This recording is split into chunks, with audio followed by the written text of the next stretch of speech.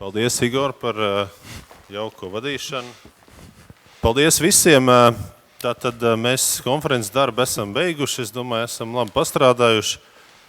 Runājot par kopsavilkumu, mēs izveidosim kopsavilkumu. Tas ir viens. Mēs jums visiem, kas ir piedalījušies konferencē un atstājuši par sevi kontakts kopējā sarakstā, arī lūksim komentēt konferences darbu un viedokli, un arī izteikt savu viedokli par varbūt šī te konferences kopējā darba, tādu tādās tēzēs manifestēto nostāju. Mēs to jums lūksim darīt elektroniski. Es domāju, mēs esam labi pastrādājuši un ir bijusi diskusija un viedokļi.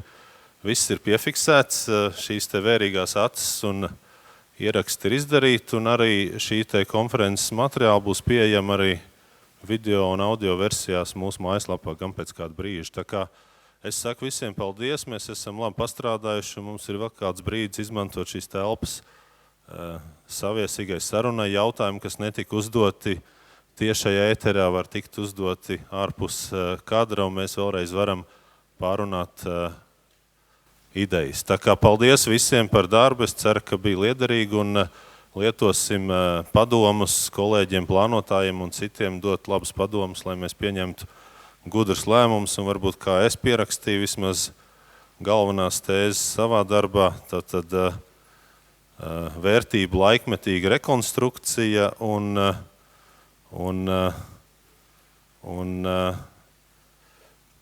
iekļauties pilsētvidē. Tas bija no jums, Krastiņkungs. Vērtības un rekonstrukcija, saliekāt kopā vērtību laikmetīga rekonstrukcija un iekļaušanās pilsētvidē. Es domāju, tie tādi divi uzdevumi vismaz kolēģiem arhitektiem. Noteikti, jā. Mēs noteikti vēl nekur nelidojam prom, mēs nepametam šo valstu pilsētu. Es domāju, mēs satiksimies vienā vai citā veidā. Tā kā paldies visiem par, jā? Paldies visiem, jā.